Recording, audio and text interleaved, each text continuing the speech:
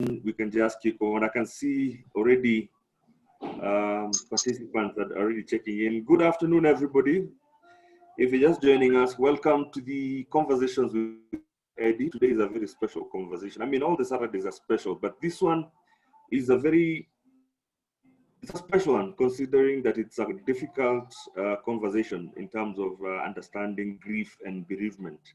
And just putting things into perspective, we have a special guest who her CV speaks volumes of what she has committed her life to do and helping each and every one of us through her journey, her personal journey, and what she has committed in her life to do as, just reaching out to people and dealing with this very important conversation, which is mental health and well-being and wellness. So, Karibu Saka come in every Saturday, and I'll introduce to you some of them. I think Wange has been here a couple of times. Wange, Karibu Sana. Grace Morethi, this is also not her first time. She's been here before. Boniface Okumu, Karibu Sana. Fantastic. Boniface Okumu, leo umeweka video leo. Thank you. It's good to see you. Karibu Sana, man. Fantastic. So, as always, we try as much as possible to start on time, which is 12 p.m. Right now, we've got about 8 minutes, and we try and use this time just to get things to Shalini. You can also join in. It's normally a trick, but I'm going to get a good number. We can start the conversation at 12 on the dot. The conversations run for us for an hour until 1 p.m. I wish it would be longer than that, because some of these conversations you can't have them in an hour. So I know they're very tricky conversations to have, but at least an hour is better than nothing. Yeah, but you're a trained broadcaster, so I know you understand timing and everything. Man, I've just come from recording, and I was like, I could have gone on for another hour, and I was like, no, we've got to cut it short. Conversations are important, especially in these times, and it really just helps that we have adequate time. But then again, with the nature of all this happening and what social media and virtual platforms are offering, we just sort of have to conform, but we try as much as possible to maximize the time we have. And as I mentioned, we try also to include everybody so that we can have a good conversation, not only just them listening and us talking. And I think the nature of this thing is really laid back. I even more often than not, I don't prepare for these conversations. I know that I take the title, put it in my head, and just assume I'm with you on a bench somewhere, and we're just vibing, we're just talking. So we'll give guys a couple of more minutes. It's about 5 minutes to 12. I'm just going to get some earphones. Just a thought, Eddy. Today is World Mindfulness Day, so if you want me to do a 2-minute mindfulness at the end, I'm happy to do one. That's very important, considering also the week that it was or is the suicide prevention. So those are the things that maybe we'll just touch on a bit. But that one at the end, just to get the experience and people just to know a little bit about that, we can put it at the tail end. Absolutely. I just need a minute, 2 minutes. Let me just go get some earphones. Okay, all right. So guys, karibu sana. Boniface, Grace, Wange, karibuni sana. Stand by as usual. We would like to give Grace, let me confirm that before you record, Grace. Hold on before you record. Ivy, can you confirm about our participants recording? Can they do that?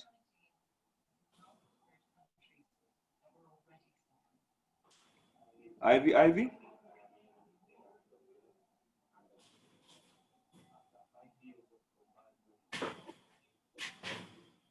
All right, Shalini, see you shortly. Yes. Just in a few minutes. It's about 5 minutes to go, then we can let guys check in. Ivy.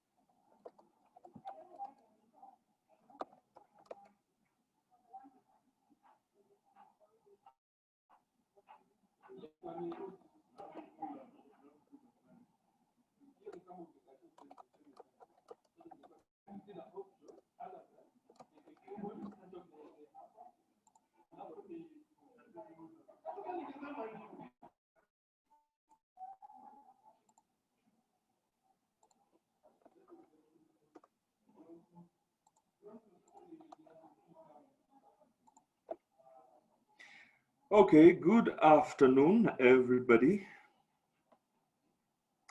Welcome to Conversations with Eddy, and today we are really honored to be having a very special guest who I feel is the right person to be talking about a very important topic, and that is bereavement and grief. Her name is Shalini Bala Lucas, and I don't know if I said that right. Shalini Bala Lucas, or should That's right. It is a separate. No, Shalini Bala Lucas is correct. Shalini Bala Lucas, fantastic. Thank you so much for agreeing to talk to us, and of course reaching out to us, because it's always encouraging when you have more people wanting to play a part in various types of conversations. And this is that conversation that I feel the more we are, the more we have people wanting to be part of it, the merrier, because this is not a conversation that we can have by ourselves. We really have to include everybody. And thank you very much for what you're doing out there in the mental health space. You've been at this for quite a while. And for the few participants who are also just checking in, we also welcome you to the conversation. I know we will be expecting more participants to join in. We still have people coming in just slowly. It's a Saturday, so naturally, it's the day that our systems also just drag along. But I guess we will be having more participants joining in. But for those who are with us, karibuni sana, and thank you for making time to be here, because as every Saturday that we've had these conversations, you have made it a point of making the time between 12 and 1 where you come and just sit or just listen to these conversations that we have around mental health being. Now, for today, as I'd mentioned to you, Shalini here with us. She's a lady who's really been in this wellness mental health space for a while, and she's been doing this for a while now. But just to give you a brief background, and she'll tell us a little bit more about her, because I'm sure I can't bring out everything that I think I might know about her, but I'll share with you who she is. Shalini Balalukas is an award-winning author. She's an entrepreneur, a motivational speaker, and the founder of Just Joom. I'd want to really know, it's a very unique name, Shalini, and I think I would also like to know a little bit about Just Joom. I hope I'm saying that right again. Yes, it's right. Just Joom means just dance. Nice. And Joom is a Hindi word for dance, and it's a Bollywood dance fitness style that I used to teach in the UK. Fantastic. And also she's a dancer, professional, I think. Yeah. She's also a Bollywood-inspired dance fitness she just said it. It is the Bollywood-inspired dance fitness program that is Just Joom. She's also an accredited mindfulness and meditation teacher, where she teaches people highly effective, proven techniques to help combat stress, anxiety, and depression. And she's also not a stranger in the media. She's really entrenched in the media space, and she's a trained BBC radio presenter and is currently presenting a daily segment of on KTN, that is the 5-minute mindfulness, and she has promised to give us a taste of it at the tail end of this conversation. That is the 5-minute mindfulness, or just mindfulness. She'll just let us know a little bit about that. And as well, she has a regular column on the Star, in the Star newspaper, and she's also a weekly guest on Morning Drive Time Show on 98.4 Capital FM. You know, I used to work there, Shalini, way back. I know all about you, Eddy. I feel like I know you, even though we haven't met. So no, that's the thing about innovation now. Yeah, it's really cut off that awkwardness of you don't know somebody, but it sort of just brings that connection. But we're really honored to have you here, Shalini. So welcome. And really looking forward to this conversation. And maybe just to kick off, maybe there's some things maybe I might not have mentioned about you and what you do and you're doing right now. Maybe you could just share a little bit about that also. Yeah, of course. So I actually was in the UK for 23 years, and I only came back to Kenya in December.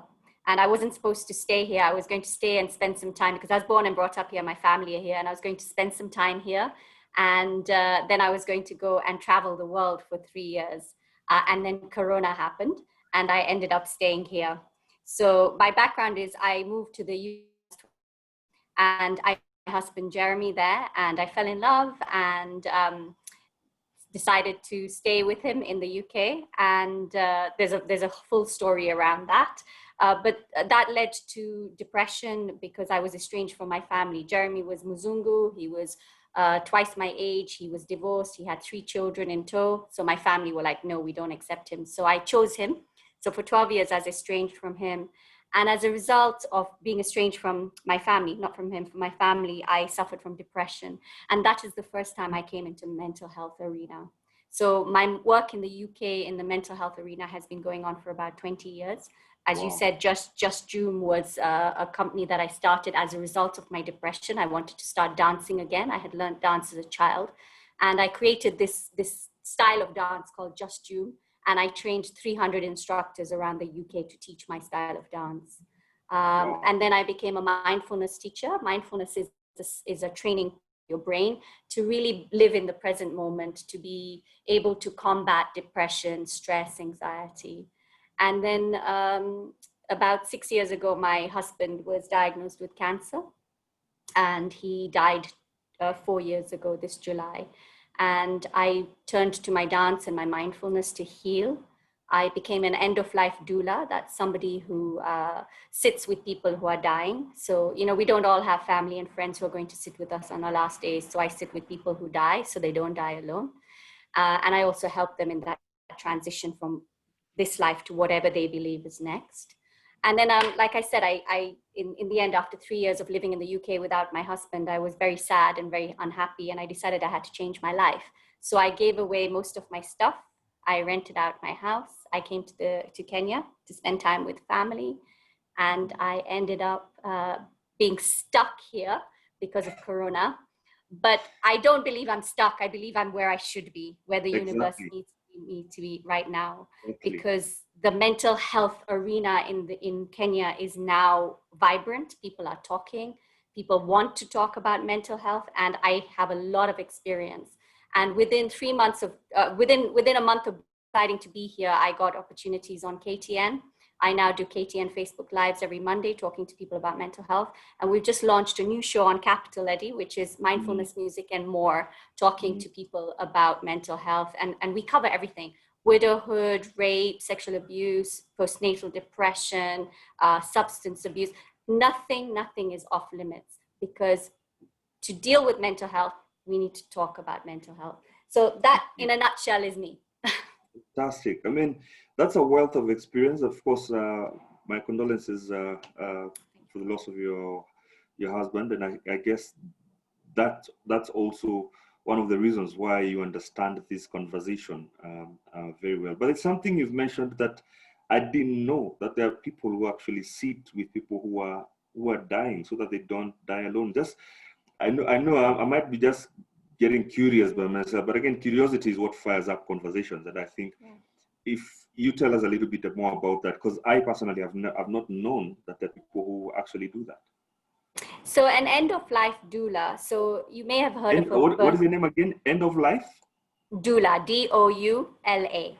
End-of-life End of doula. life. I'm just going to put it in the chat. Yeah. So in fact, for many years, there were birth doulas, where women would go and help other women birth their child, sometimes at home, or they would make sure that the birth of that child was exactly the way the mother wanted it to be. So similarly, at the beginning of life, you have that option. At the end of the life, what we do is we will go to people will come to us and they'll say, I've been diagnosed with cancer. I'm terminally ill. I only have a month left to live. And I don't want to, at the end, I may not have the capacity to make my own decisions. My family are not helping, or I don't have family. So we step in and we say, okay, we will sit down with you and we will make sure that your end of life, the last few days, the last few hours, are exactly as you want. So say you can't speak, we will know that you don't want to be force-fed to be kept alive or to be resuscitated. If at the last few hours, you may want candles and music playing, you want a certain amount of hygiene. So you want to be cleaned every day, or your hair brushed, those basic things to give you dignity at the end of your life. And also, a lot of people don't want to die alone, and they don't have friends and family. So we will go there and we will sit and hold their hand and as they pass away. And the reason I became an end-of-life doula was I sat with my husband for 3 hours as he took his last breath. And I sat with him and I held his hand and I told him that he didn't need this body anymore. His body was ravaged by cancer. So I said, just let go, Jeremy. I will be okay. Because many times people will hold on to life because they're worried about the people that they love. And I held his hand for 3 hours and I didn't cry. I knew that he wanted a calm passing. I believe that to have a calm passing to whatever's next, you keep the room quiet and calm. The lights were dimmed. Nobody was allowed to cry in the room. And he then took his last breath. And that's when I cried. But also just knowing what he wanted in those last few hours, knowing what his funeral was going to be like, because he told me, knowing what his eulogy was going to be like, I was able to do that for him. So then I realized that if I could do that for the man that I loved most, the most important person in my life, and I could do it with strength, then I could probably do it for other people. So I became a doula. I went for training, doula. End of life doula. And that means that we don't allow people to die alone if they don't want to. Is that an Indian what, doula? No, doula I think is Australian. I think it comes from the Australian term doula, but I'm not 100% sure. But it comes from birth doula, and now we have end of life doula. Okay, fantastic. Right, for those who are just joining us, welcome. It is the Conversations with Eddy, and this afternoon we have Shalini Balalukas. She is our special guest this afternoon, and she's a lady who's committed her life in advancing this conversation on mental health. She's an accredited mindfulness and meditation teacher, and teaching people highly effective proven techniques to help combat stress, anxiety, and depression. Now, the topic for today is bereavement and grief. This is one of those conversations that are very difficult to understand, not to have, but to understand, especially when we think that bereavement and grief is only about when you lose a loved one, but actually you could also go through grief and through either losing a job, I don't know, losing something that you really love. And she's here to sort of demystify this conversation and just help us to have and normalize and understand what to do when it comes and grieving. So we were just talking about something very interesting, which she also does. She is an end of life doula.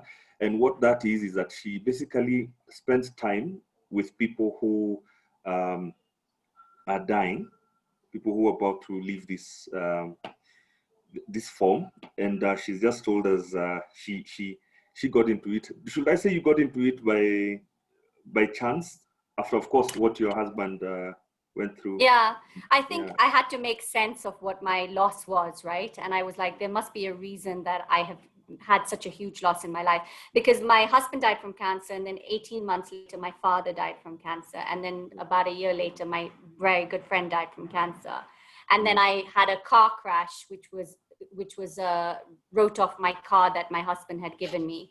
And then a day before what would have been my husband's 63rd birthday, I lost my cat, who was like my baby because I don't have children. And he was my only link to Jeremy. So I felt like I was losing.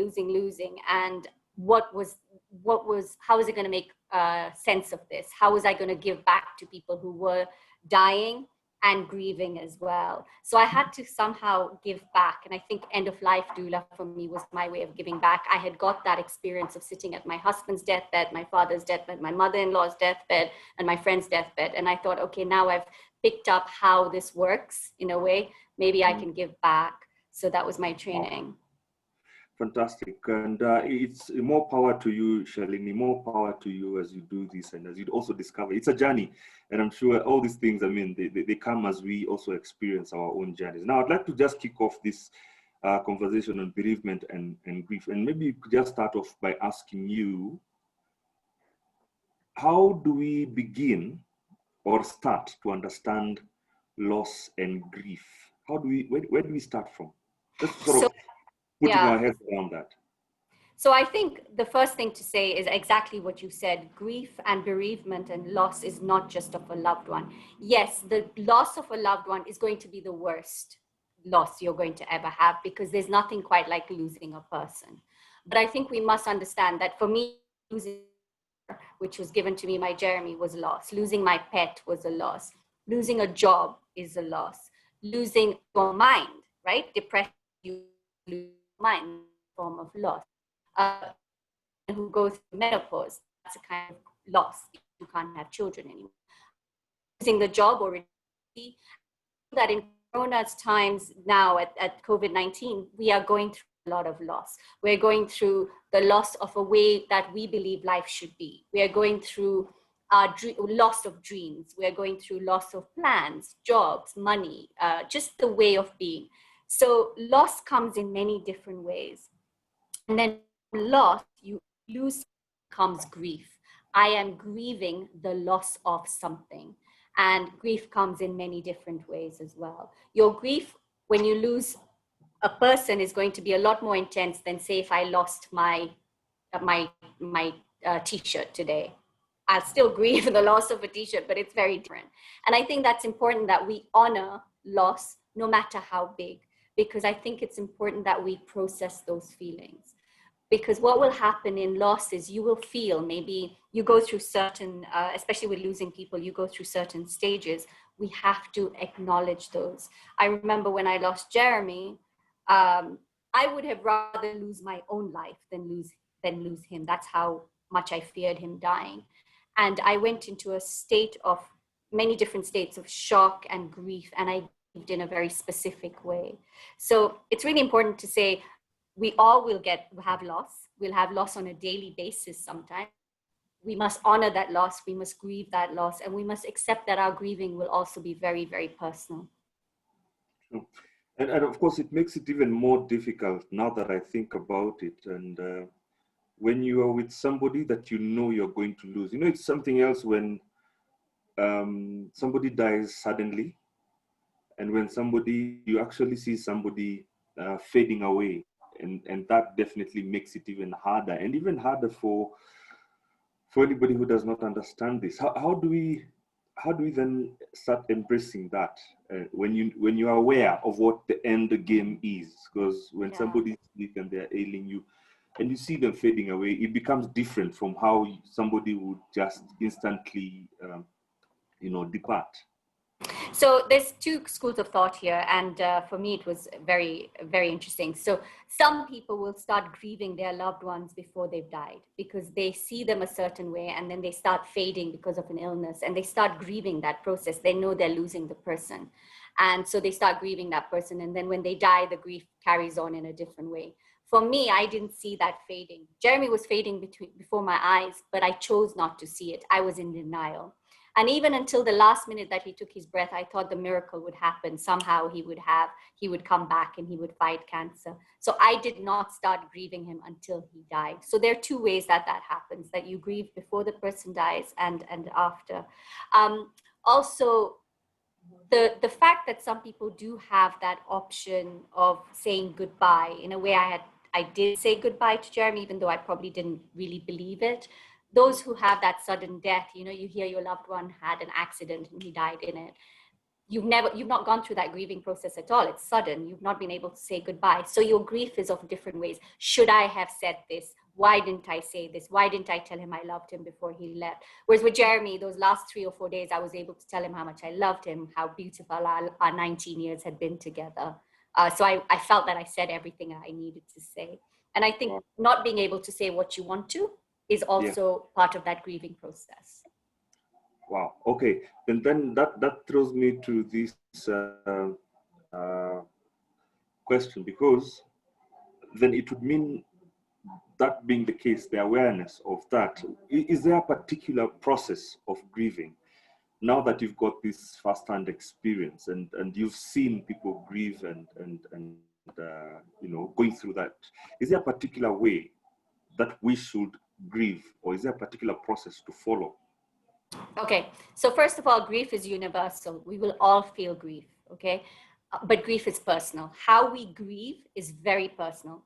When Jeremy died, I became a recluse. So for 1 whole year, I locked myself in the house, and I would go out just to do 2 or 3 dance classes a week, and then I would come back. I abused alcohol, I abused painkillers, I abused sleeping pills. I ate rubbish food because I was trying to fill a gap that was in my core. And the way I did that was to eat. Yeah, it was a void. And I was so lonely that I wanted to numb the pain. And I did that with alcohol and substance abuse, basically. And I watched a lot of Netflix and TV because I wanted to fill the time, because suddenly 1 hour feels like 1 day. Time does not go. So for me, I became a recluse, and my grieving was quite destructive until I started writing my memoir, which I started writing a year after Jeremy's death, Always With You, a true story of love, loss, and hope. And that was a very cathartic process. And I realized that actually it helped me process my grief. And then my father died just as I was writing the book, and he also died from cancer. And he also faded away before our eyes. This time I was very aware. I was not in shock or denial. I knew he was dying. And I was standing at his funeral talking, and I said, here I am, my life, I have health, I have financially, I'm well off because Jeremy made sure I was okay. I have a house to live in, but I'm throwing it away because I don't want to live anymore. I tried to kill myself a couple of times. I had suicidal ideation. And my father and Jeremy had both tried to live, but cancer had got them. And I had life, but I was throwing it away. I was willfully throwing it away. So I decided no. So my dad's funeral was a turning point. I was like, no, this stops now. I'm going to stop drinking. I'm going to lose weight, and I'm going to start living again. And that's what I started doing. So it was about 18 months after Jeremy's death. But grief is not linear. Okay, so I went through the stages. There's a very good a good theory by a woman called Elizabeth Kubler-Ross. She comes up with this theory that we go through 5 stages. Now, there are different thoughts. There are many, many experts who've come up with this, but I particularly like this one. And she talks about denial, anger, bargaining, depression, and acceptance. And I went through all of those stages except for anger. So I was in complete denial that Jeremy was dead. I was like, he will come back. He's been whisked off, and he's gone to some cancer treatment, and he's going to turn up in 3 months, and he's not dead. And I was actually in denial about his death. I was never angry at him, because I realized that I was maybe angry at the doctors that they hadn't treated him, angry at the cancer, angry at medicine that it had not been able to save him, even though he had the best treatment that money could buy in the UK. So maybe I was angry there. I was bargaining. I'm not a religious person.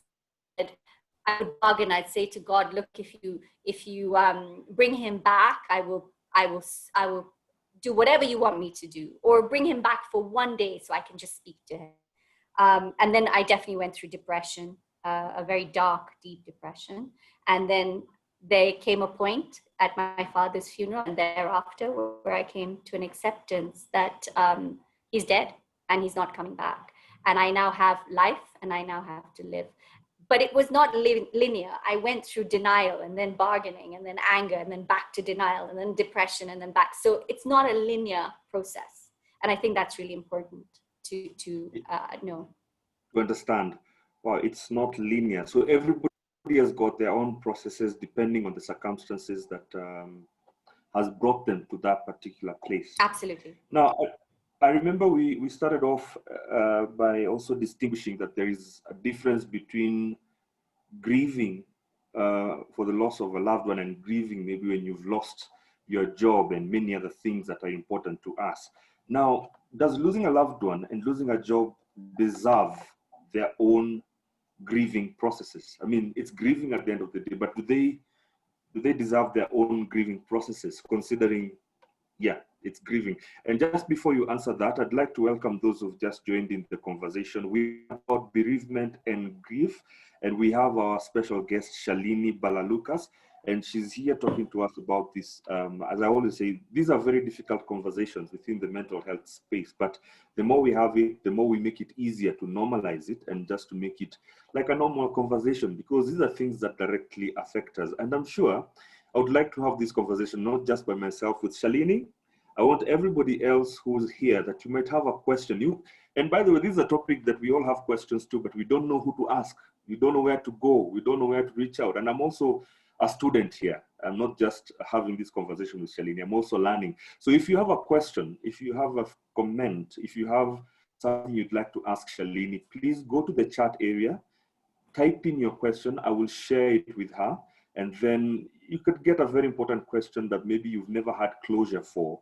And we have Shalini here telling us about it. So put in that question, and then let's get to learn and understand bereavement and grief and loss.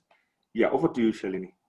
So you ask whether we should honor, basically you're asking whether we should honor grief in any form of any loss, whether that be a loss of, and I make it very, I make it very almost facetious in a way. I say the loss of a person, which is probably the hardest, right? Especially the loss of a spouse or a child or a parent. For me, I think probably the child is the hardest, and then the spouse who you think you're going to grow old with, and then the parent.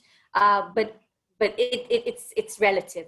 And then the loss of a t-shirt. Okay, so I'm showing you the two extremes. Okay, I think. Funny you selected a t-shirt. Yeah, I don't wear t-shirts.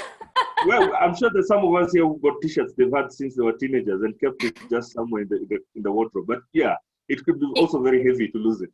Yeah, so it's whatever it is, right? What I'm trying to say is that you must honor the loss, because if you don't honor that loss, you're not processing your feelings. And that is one of the issues of depression and stress and anxiety, is that as a society, we don't know how to process our emotions. So with the loss of a person, your emotions are going to be extremely sensitive, and your emotions are going to be all over the place. With the loss of a t-shirt, your emotions are going to be less, right? It might be anger that you've lost the t-shirt, or it might be straight away acceptance. I've lost a t-shirt, that's fine. But it's about honoring whatever those feelings are.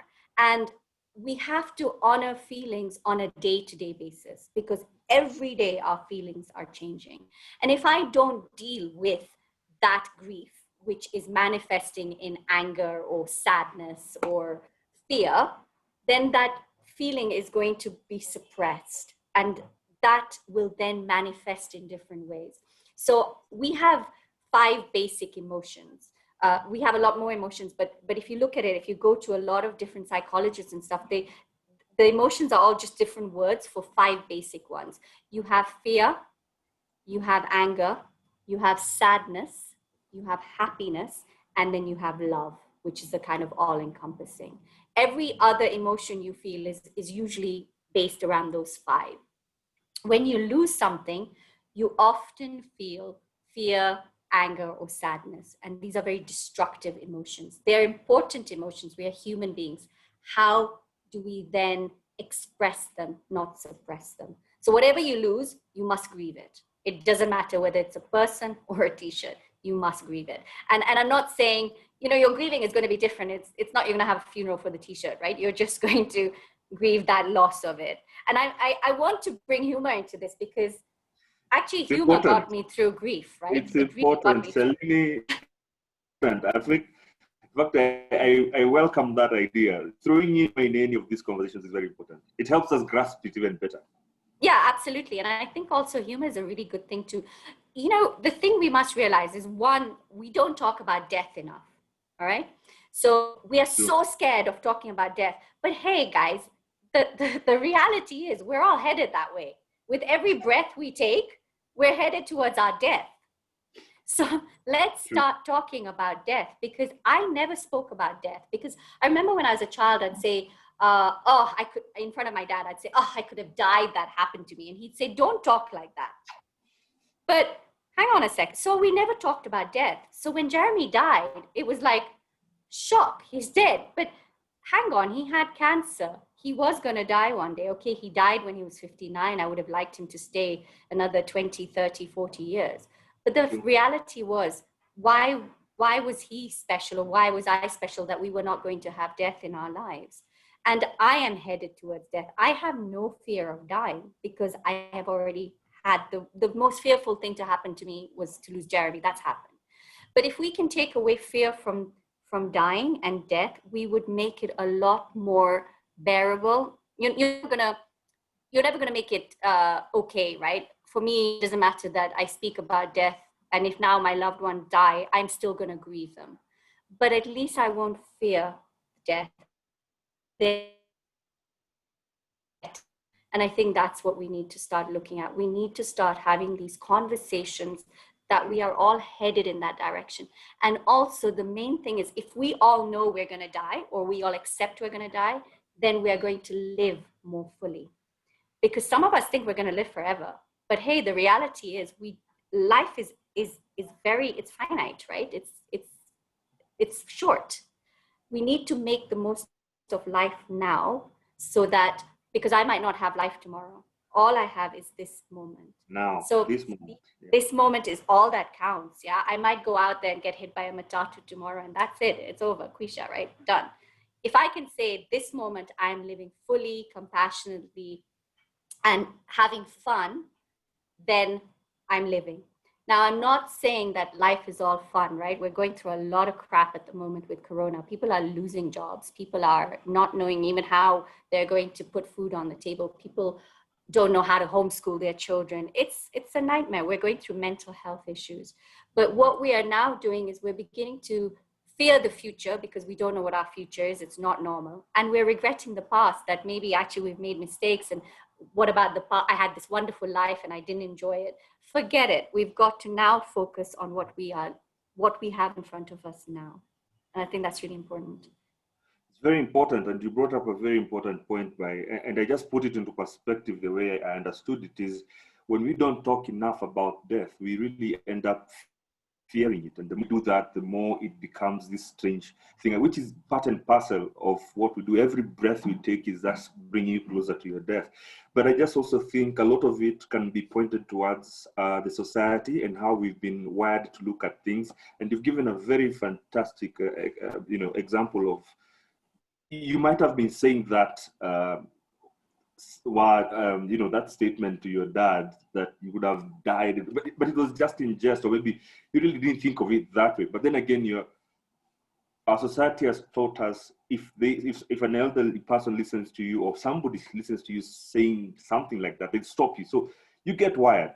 You get to believe that unconsciously, that death, we should not even think about it, and yet it is part of us. And yeah, it's important that we make it a normal conversation, because it's part and parcel of us. So then I ask you, Shalini, when somebody who's bereaved seek professional help, because then many of us don't know what to do when we are grieving.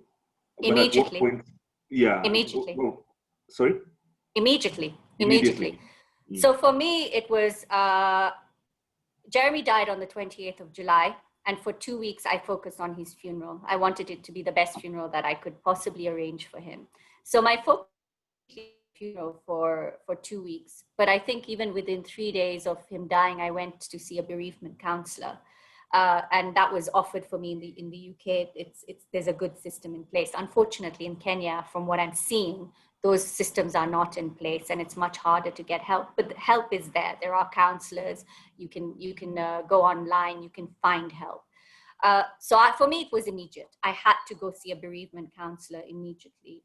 I also had to go see a GP. And when I say had to, because I had depression before, I was considered a risk to my own life, because they knew that I had had suicidal ideation before. So the doctors reached out. Again, the system's quite different in the UK. So I had to go see a doctor. They wanted to put me on antidepressants. For me, that was too soon. I never did actually go on them. But I would say that you need to seek professional help pretty quickly if you can. Because if nothing else, you go and sit in front of a counselor and you just cry and you talk, and it's getting it out there. It's getting it out of your system. And that's really important. Talking therapy is one of the most powerful therapies. Talking and just getting it out. It's hard to talk to friends because they're grieving as well, but also they will often want to. Human nature is that we want to give advice. So if somebody comes and talks to you, doesn't go and get professional help, and they come and talk to you, don't give them advice, right? Don't say, you should do this, you should do that, this is how you grieve. No, just listen. And one of the things I would say, that if a person comes to you and they're grieving, you just say, I'm here for you. What can I do? That's all they need to hear. I'm here for you. What can I do? I'm listening. And then listen. Don't give advice. So for me, seeking help, whether that professional or actually speaking to somebody will be objective, is really important. Fantastic. It really, really helps to know that, because sometimes we might even not be aware that there is professional help out there. And sometimes when we are clogged with all our emotions and our feelings, we tend to sort of just get in our own way, even when coming to get help. And on the flip side, if you're giving help, I like that. Just listen, because I think we human beings are wired to always want to help. Yeah. And help in the sense of, I want to give you a solution right now. But then again, that's also something we need to embrace when it comes to helping. Sometimes someone who's going through, could be depression, anxiety, and grieving, all they need is listen to them. That's it. And I've gone through that when I went through I call it my Damascus moment. The person who helped me to get back on my feet, the instance when he noted there was a problem, he actually just listened. He didn't judge me. He just let me speak. And for almost 3 to 4 hours, I spoke and I poured out everything. And at the end of it all, here I am. And I really am fortunate that I met that person who really just made all the difference for me. Now, it's Speaking is cathartic, Speaking is cathartic. Exactly. It gets it out of you. And I think if I were to go to somebody and say I'm suicidal, and let's talk about suicide now because it's Suicide Awareness Month or whatever. And it's interesting that if I go to speak to somebody and say I'm suicidal, and they say, oh, don't do it. What will your parents go through? What will society think? It's illegal in this country, which is another issue. Yes. Yeah. So that is so destructive in itself. Whereas if you just said, I'm here, I'm listening, what can I do? That is so powerful. And that Makes a is world true of a for, difference. makes a world of a difference. And I think anything to do with mental health, we're not the professionals, okay? There are professionals out there. Go seek, if he comes to you with a problem, listen. That's all it is. I'm here, I'm listening. Actually, I call that person in between there, that person who is not a professional, I like calling them signposts, because that would be the person who would now guide you. If we understand that role and see, of course, the person who has a mental health challenge and the professional, you in the middle here, you're the signpost, and it's really your responsibility to just direct them, not to give advice, but you can just help them, to just guide them, holding their hands and helping them cross over. Now, Shalini, of course, our participants have already started engaging us, and I really like that. Already a comment here from Boniface Okumu, happy to know the stages of grieving, very enlightening. And maybe I would ask you just to go through those five. There are five stages of grief. Just maybe I will ask you to dwell a little bit on that, on those five stages of grieving, for those who maybe would want to understand those stages. So there are many different theories, but the one that I particularly like is this one by Elizabeth Kubler-Ross. It's the 5 stages of grief. And she talks about denial, where you are actually in denial. You don't believe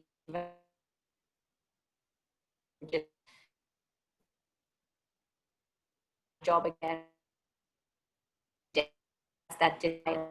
And then the one is anger, and it could be anger towards the person who's died, or the medical team who didn't help him, or God. A lot of people will have anger towards God, or anger towards yourself for losing that thing, or anger, say, for example, to coronavirus. You might be so angry with this virus because it's lost your job for you. So your anger is whatever is directed wherever you feel that cause. So for me, bargaining was very much, give me one more day, God, with Jeremy, and I will be good. Or you bargain your way through the grief. You say, I will change it. Yeah. Very Kenyan things. We should not find a trouble with that, bargaining, but I'm just kidding. Well, I'm Indian. I bargain for everything. Oh. But you bargain with God, you bargain with the universe, you bargain with, if I find that thing I've lost, I will, I don't know, I'll give up drinking for a week. So, stupid things like that, but bargaining. Depression. Now, depression is a key one. So especially with the loss of a loved one, you will go into depression. Loss of a job, you could go into depression. So that's really important to realize that depression is a key one. And then the final stage is actually the most constructive. You go through all these stages and you come to a place of acceptance. I have lost my husband. I accept that.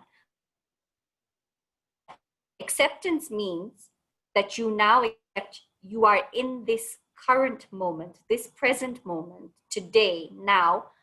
I have lost, my husband has died. I accept that. Now, how do I move forward with my life? Or I accept that COVID-19 happened. I have lost my job. Now, how do I move forward from that? I can only move forward with my life if I come to a place of acceptance. If I don't accept my loss, there is no moving forward. And a key part of mindfulness, which we'll talk a little bit about, is acceptance of the situation. All right, fantastic. This is a question. How about grieving the loss of a marriage or stroke, divorce, which is a special loss and grief?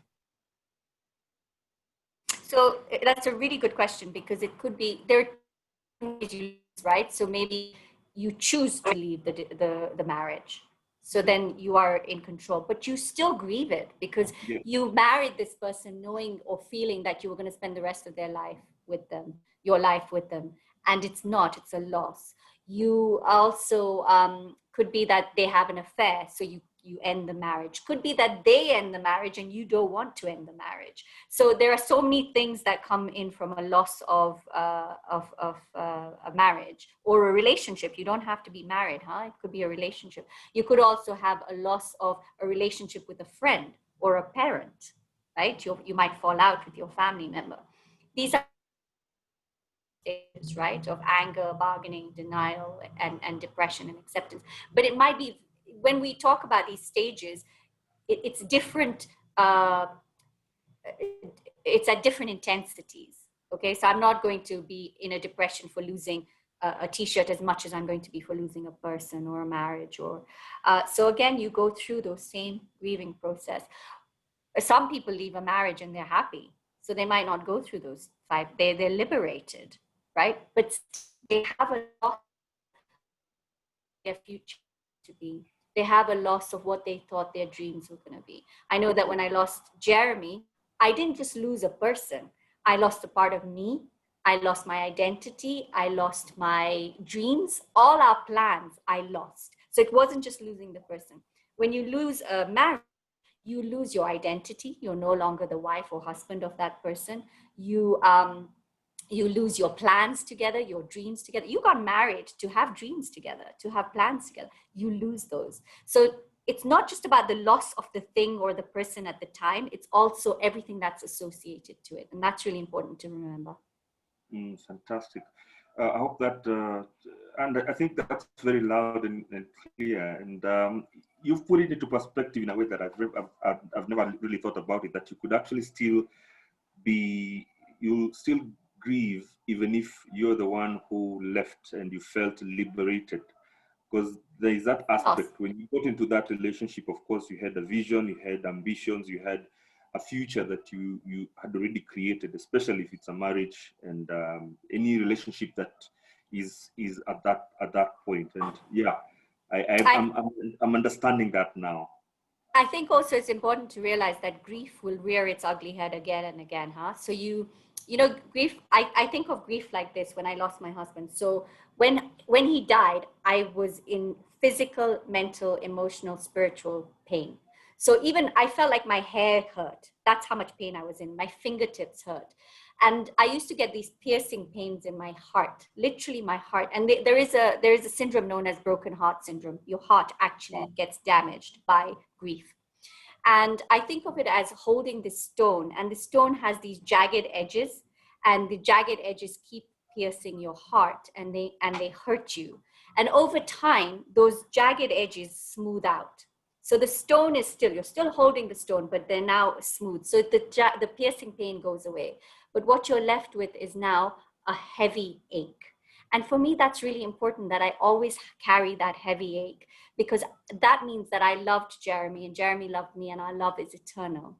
So I will always carry that grief in my heart of losing him. But the grief changes, it changes intensity. And that's really important to tell people, that if you're grieving someone now, with time, and it's a cliche, but with time, you will find that that grief lessens, but it will always be. What you mustn't do in any grief, whether that be loss of a person, job, or marriage, or anything, is to try and move on too fast. Allow yourself time to grieve. That is important. I grieved Jeremy as a recluse for a year, but I still grieve him today. My grieving is just different. It changes, but I still grieve him. And I will grieve him for the rest of my life. But I have found a way to manage that grief so that I can move forward with my life. I couldn't carry on with that initial grief of just that substance. I would be dead now, right? So grief changes. So that's really important to remember that. Fantastic. And I think that last bit is really about the acceptance, and acceptance to understand that you can still grieve, but still move on. Of course, again, there will be those stages. And that brings me to the next question, which is related to what you mentioned in terms of grief does not actually go away. It's now how you manage it from there. And says, hey, so far so great. The conversation is really helping a lot. A question: is there a point where one would go through all those stages and after a few years find yourself depressed over the same? Yeah, absolutely. So you could go through all those stages at the beginning of the grieving process. And I go through all these stages again, maybe not so much denial, bargaining, definitely anger, depression, acceptance. I go through those stages again, in fact, at every milestone. So on Jeremy's death anniversary, on his birthday, on our wedding anniversary, I go through those stages again because I am grieving him all over again. So even this fourth death anniversary that I've just marked in July, for a whole week, I was grieving him until the day I grieved him. And then I was able to move forward and get on with my life the next day. So don't think that grief doesn't come back. Yes, you will go through all those stages a few years later. Honor that, grieving process, because the loss will be with you forever. Yeah, you don't, it doesn't just go away. You've lost him, or lost that person, or lost that thing, or lost that. So, and even if you find, say you get married again, or you find love again, or you find a new job, you still had that loss. That loss will always be with you. Understood. Wangi, I hope that answers the question. Because sometimes we think we've dealt with grief and it's gone. But no, now I think I'm also aware that actually it's good to be, or rather deliberate, knowing that it doesn't go away, but it's just managing that. So then how can we support someone when I'm also grieving? So for example, I'm grieving and I have somebody who I feel needs also that kind of help. Because if I understand now grieving well, and I have a situation where maybe a friend is also grieving, how do I support that? So, the first thing is we don't even know what to say when people are grieving the loss of somebody. Like I remember when Jeremy died, within 2 days, somebody came to me and said, time will heal all. You don't say that 2 days, I'm not even thinking that, right? I'm thinking, I just want to die right. I don't even you don't speak to you because they don't know what to say. They just say, somebody said to me, this was an uncle of mine. He said, at least it was better to have loved and lost than not loved at all. And I think that's a horrible thing to say, because I'm not thinking about the love, or I'm just thinking of my loss. All you should say is, I'm sorry for your loss. I'm here to listen. I'm listening. One of the nicest things anybody did was my sister. She would go out and get food from the supermarket for me, so I didn't have to worry about feeding myself. And she would put food in front of me and I would eat what I could. It was the kind of, and she would say, just eat what you want. And she would then clear away. And it was just that basic thing of putting food in front of me so that I kept my energy up to then deal with the funeral.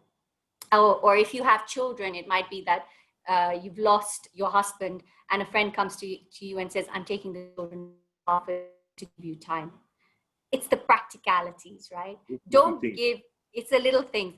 Don't give those words of advice that time will heal, because, hey, I don't want to hear that just a few days after, or even you'll get another job. Right now, I've lost, I don't know how I'm going to pay the bills. And you're saying, oh, well, you'll get another job. You're dismissing my grief. You're dismissing my loss. No, how can I help? What can we do? Yeah. Sometimes, Shalini, I think sometimes we sometimes say these things to people, not really to just have that conversation and let it go down the bridge. But sometimes that we don't know what to tell. Have you been in a situation where you don't know what to tell somebody? So the first thing that comes to mind is those common phrases, so that you can. And it's not deliberate. Sometimes it's so unconscious. And again, that's one of the reasons why, one of the losses that we have for not making these conversations normal. Because if we made it normal to know how to help somebody grieve, to help somebody understand and know that you're there for them, then we would not have those kind of statements of time will heal. Because funny thing is, I was going to ask you the same question about time. Put it in a different way. Does time heal everything eventually? No. So I don't think so. Time has helped heal certain aspects of my life. I like that. Has helped heal certain aspects, right? Certain. Yeah.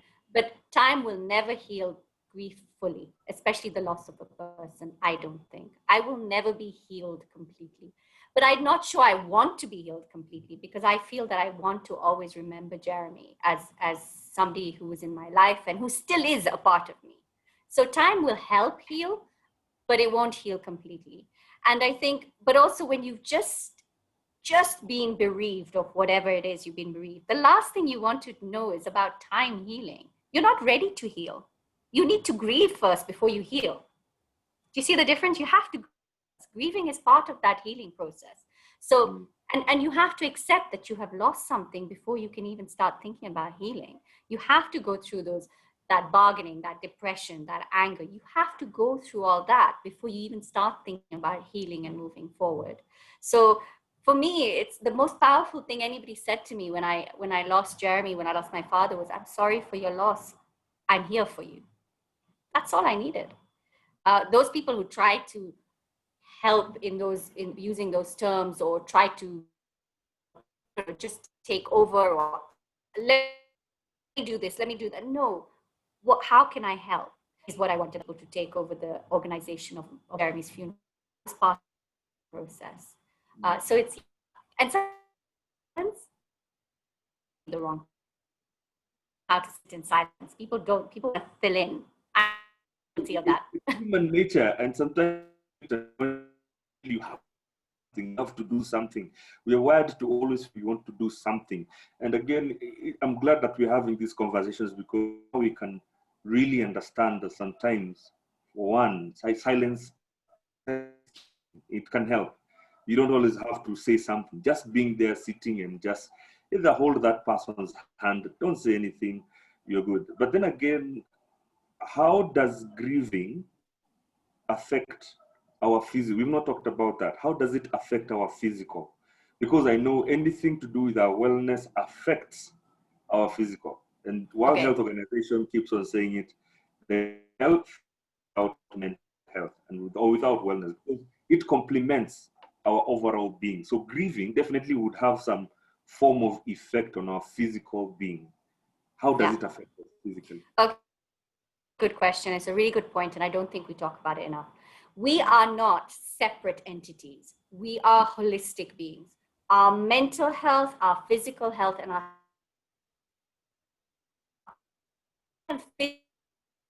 have cancer, for example, or a heart disease, I am going to be affected mentally. I'm going to have depression. I'm anxiety around that physical illness.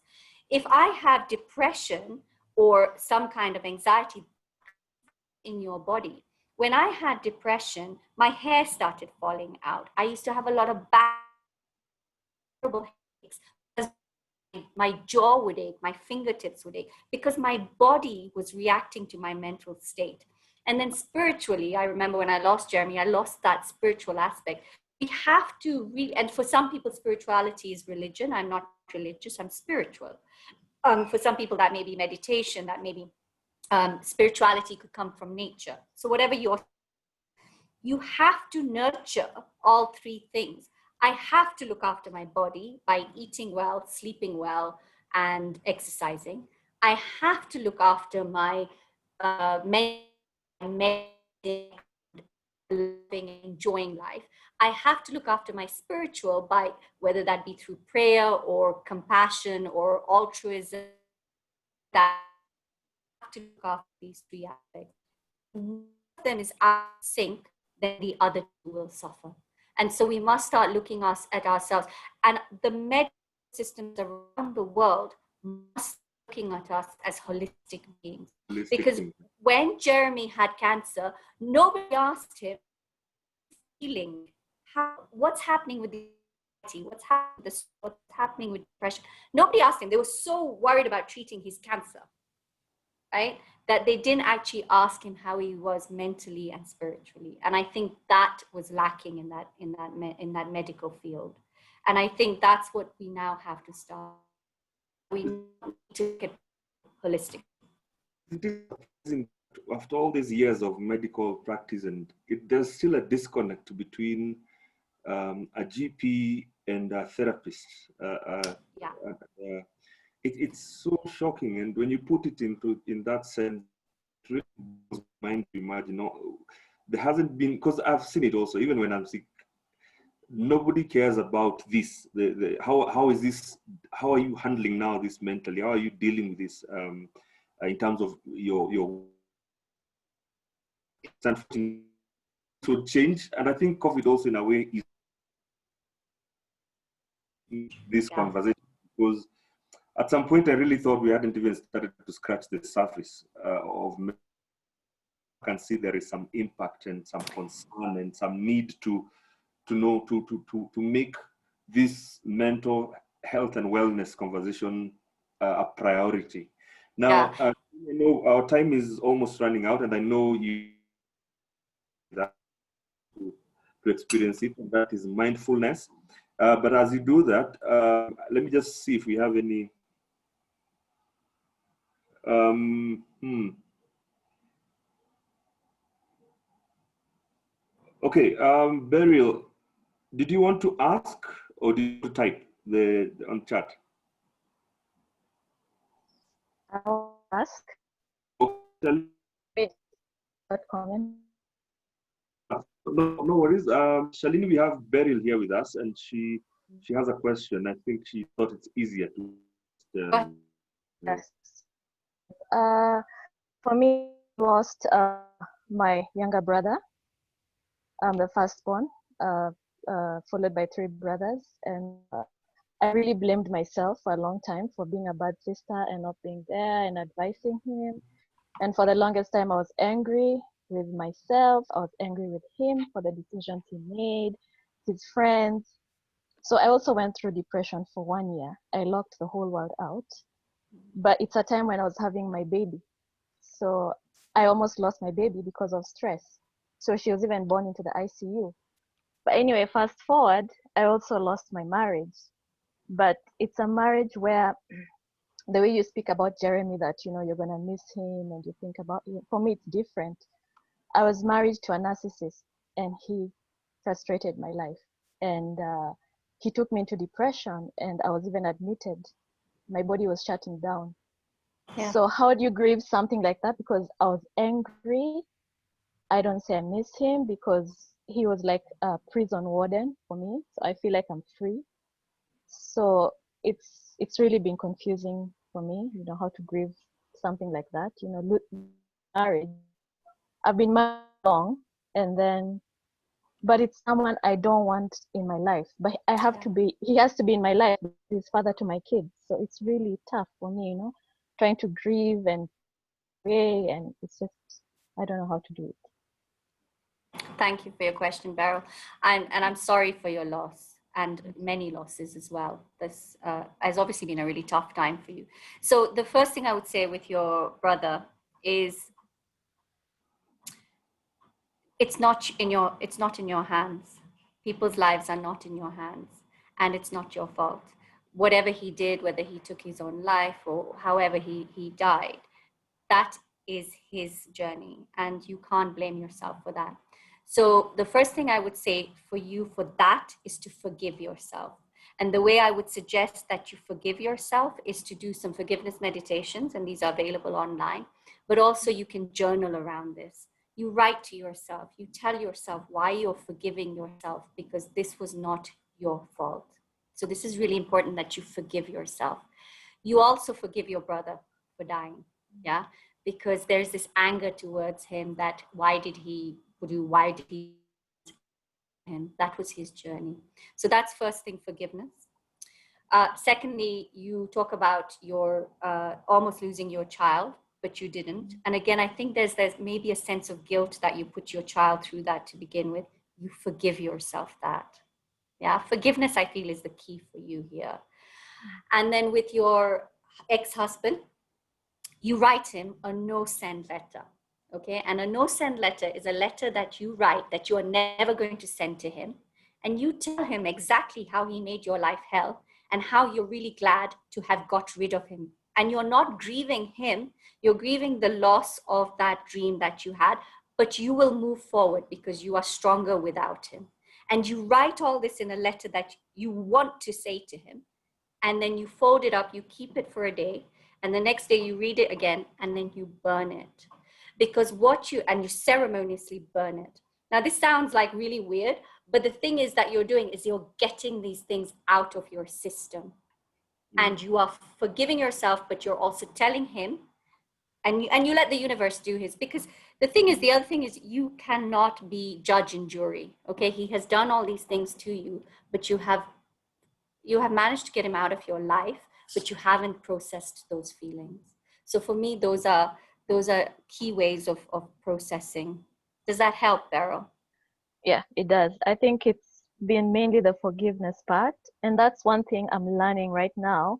is to forgive, and that doesn't mean he's right, but it's for me to let go and to set Exactly that. myself free. Yeah, so that's what Exactly. I'm going through, that learning how to forgive and to let go To and let learn go to strong. co-parent.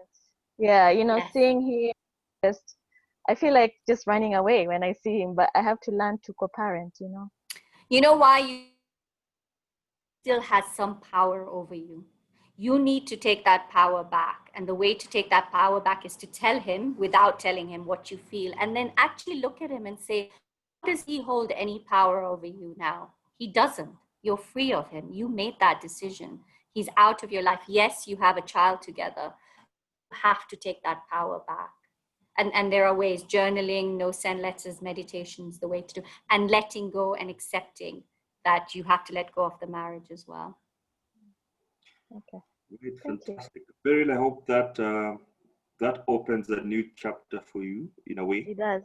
It does. It really does. All right. Thank you so much. Yeah. Thank you so much, Shalini. Now, Shalini, you are about to give us something and tell us a little bit about mindfulness. And Shalini also presents a 5 minute, it's called a 5 minute mindfulness. Mindfulness. It's now only on Thursday mornings on Okay. KTN, but they're all on my website. I'll just put details on Yeah, the just chat. that, Um, that it's area. all there. Yeah, we also That's wind my that. website. Okay, And also, if you look at I'm on Instagram, Twitter, Facebook, and I all at Just June, and it's all on there. So if you want to meditate with me, there's free meditations and radio Shalini, shows. you're not on TikTok? Really? You know, Eddie, I'm too old for TikTok. You should see the old people on TikTok. They've got 1 million something followers and everything. I mean, all these platforms are very powerful. And why They're I very think powerful. they're powerful, it's really how you use them at the end of the day. And if it's going to help me to advance this conversation on mental health, why not use it? But of course, being with it and using it for a good purpose. And post every 5 seconds. Okay, No, I think maybe that's my next thing. I'm kidding. I'm on TikTok, yes, but I'm just trying to use it as a conduit of, just pushing these conversations that we have. And the more people you reach, the better. And I think if you have a passion for advancing this conversation, use what. So yeah, take us. Okay, so it's World Mindfulness Day today, actually. So that's a really apt day. And I've been teaching mindfulness for many years now, and it has definitely seen me out of depression and grief. And I've taught it now during times, especially Corona times. I've taught it on Zoom, and I've taught people in Pakistan and all Kenya, exciting time, and the UK. Mindfulness means awareness of what you're going through at the moment. So there, think of awareness of what. Yeah, awareness. Then the other one is attachment or non-attachment. You are not attached to the past and you're not attached to the future outcome. You are not attached.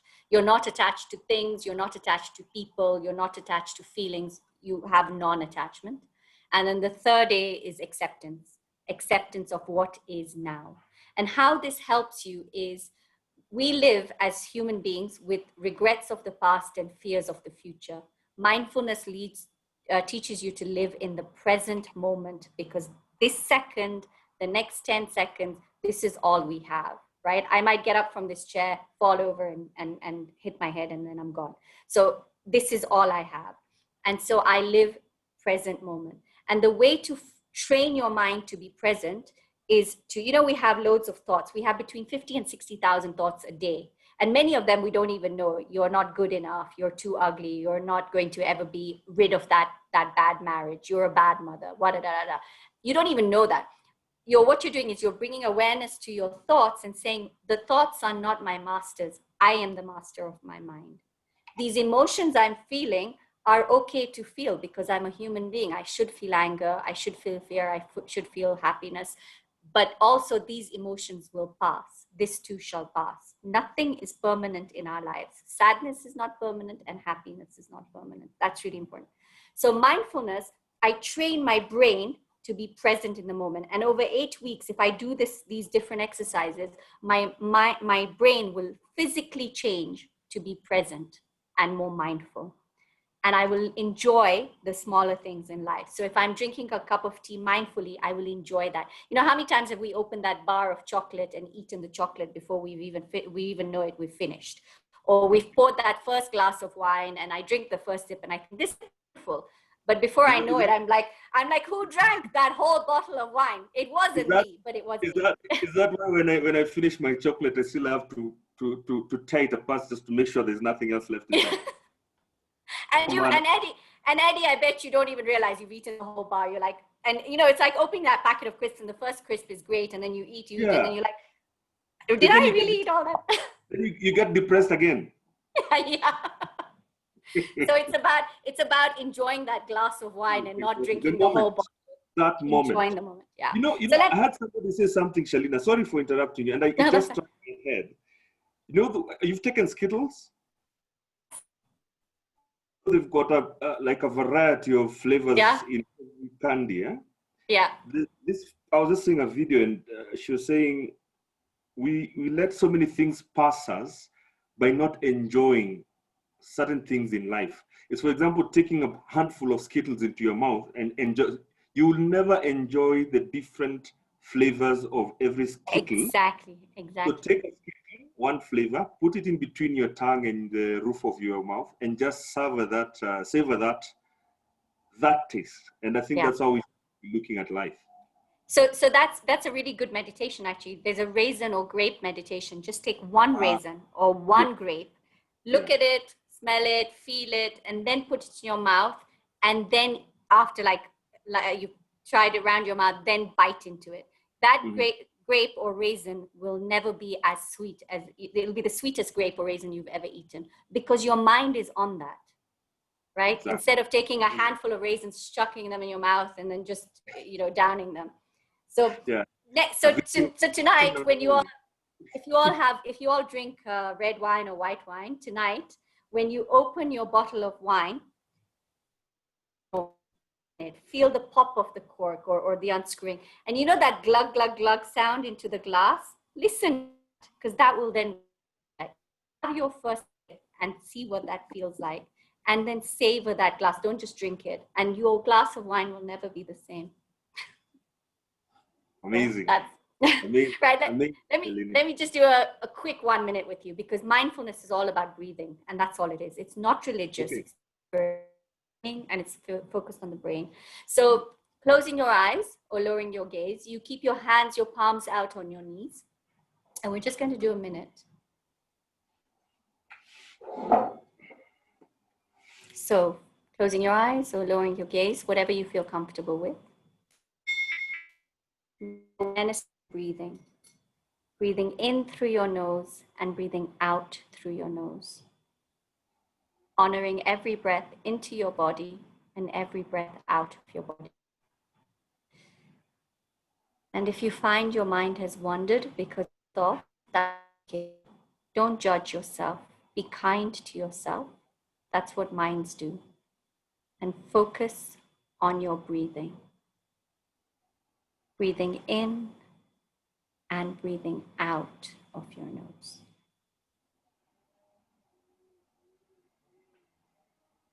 Breathing in and breathing out of your nose.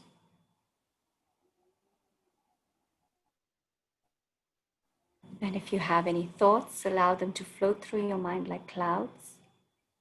If you have any emotions, just allow them to be. Don't try and change them. Focusing on your breathing in and breathing out. And then when you feel ready, slowly coming back to the room you're in, back to my voice, and opening your eyes.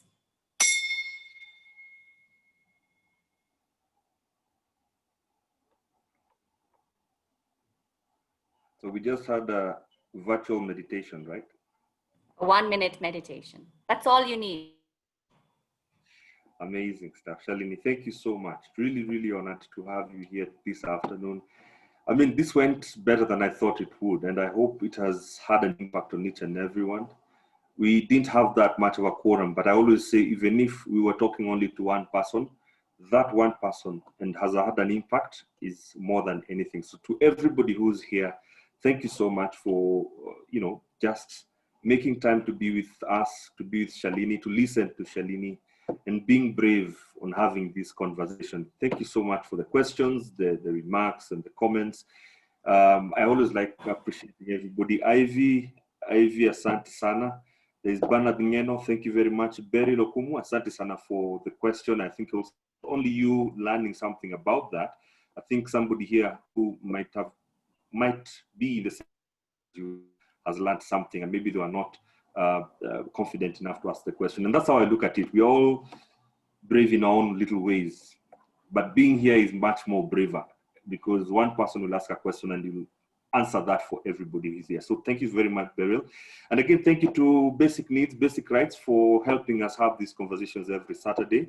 And Boniface Okumu, Asante Sana, Grace Mureithi, Miss RM, and Wange. Thank you so much. And again, Shalini, we need to have you back here, hopefully. Absolutely. Anytime, anytime. Yeah, I think this has been an amazing conversation, and I'd like to thank you again for being with us. Thank you for the opportunity, Eddie. Just to sort of leave us with something to walk away with and be encouraged, Shalini. Yeah, I just want to say that life is short and life is fragile, and we must make the most of our lives. You know, the purpose of life is to be happy. The Dalai Lama was asked this question, what is the purpose of life? And he said, that's easy, it's happiness. But he said, what's difficult is what is happiness? Is it the car? Is it the job? Is it the status? Is it the money? And he said, but actually, sorry? Is it the t-shirt? Is it the t-shirt? But he said, actually, happiness is tolerance and compassion and love and connection for people. And when I wrote my third book, Happiness, Is It a Mindset Shift? I created 10 techniques that create happiness, because I don't want to live a long life, but I want to live a full life. I want to live a compassionate life, and I want to be happy. And we have this one life. Do what you can to make it a happy life, and be happy, be mindful is what my message to everybody is. Fantastic. And Boniface Okumu here just made sure he puts in the last comment just before we wind up. He says, I have surely been impacted positively. Good. Boniface, glad to hear that. And again, always good to have all of you here to have this conversation. So, and Lenny, I'll let you know when you're definitely coming back here. Ivy has a tradition. As I mentioned to you, Ivy is she's part of the team that's making this possible at the back end on social media. So Ivy from Project 2R, she has a tradition at the end of every session. I don't know if you want us to do that. Okay, good stuff. So we take a photo, a group photo. I know, Wange, you're familiar with this. I can see you're already ready and posing. So if you just put on your videos for Grace Mureithi, let's see you. Boniface Okumu, siogope sana. Ivy, do you have 2 devices on? Okay, fine. Yes, that's me. I just wanted to another one, yeah. Oh, but again, we've also been on Facebook. For those who don't know, and for the way, Ikizungwe, my friends. If you want a recorded version of this conversation, it will be on YouTube, if I'm not wrong, Ivy. And even our past conversations, they are all on YouTube, because this is a conversation I would like to revisit again and again. Some gems, you will not find them anywhere else. So, Shalini, thank you very much for all these gems. So, Grace Mureithi, she has put on a camera, asante sana, and Bernard Ngeno, and then Miss RM. Let's take a group photo. You know, we have an album. Who still has an album? Ivy went on album here too. Yeah, Conversations with Eddie. Okay, sawa. So Ivy goes and prints these photos and creates an album. We'll share it with you virtually somehow. So you're good, Ivy? We go ahead and smile, say cheese. Yeah. Becky, thank you for joining us. You're very early for the next conversation. But I know you've been following, Becky. Karibu.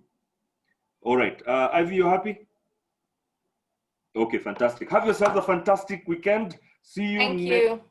Next Saturday. And by the way, we have a quiz every Tuesdays at 7 o'clock. If you just follow the Basic Needs, Basic Rights page, it's a quiz on mental health every Tuesday at 7 o'clock. Something simple, something fun. Wange has been there. I hope you still enjoy them. And hopefully we'll see you in the quiz on Tuesday next week.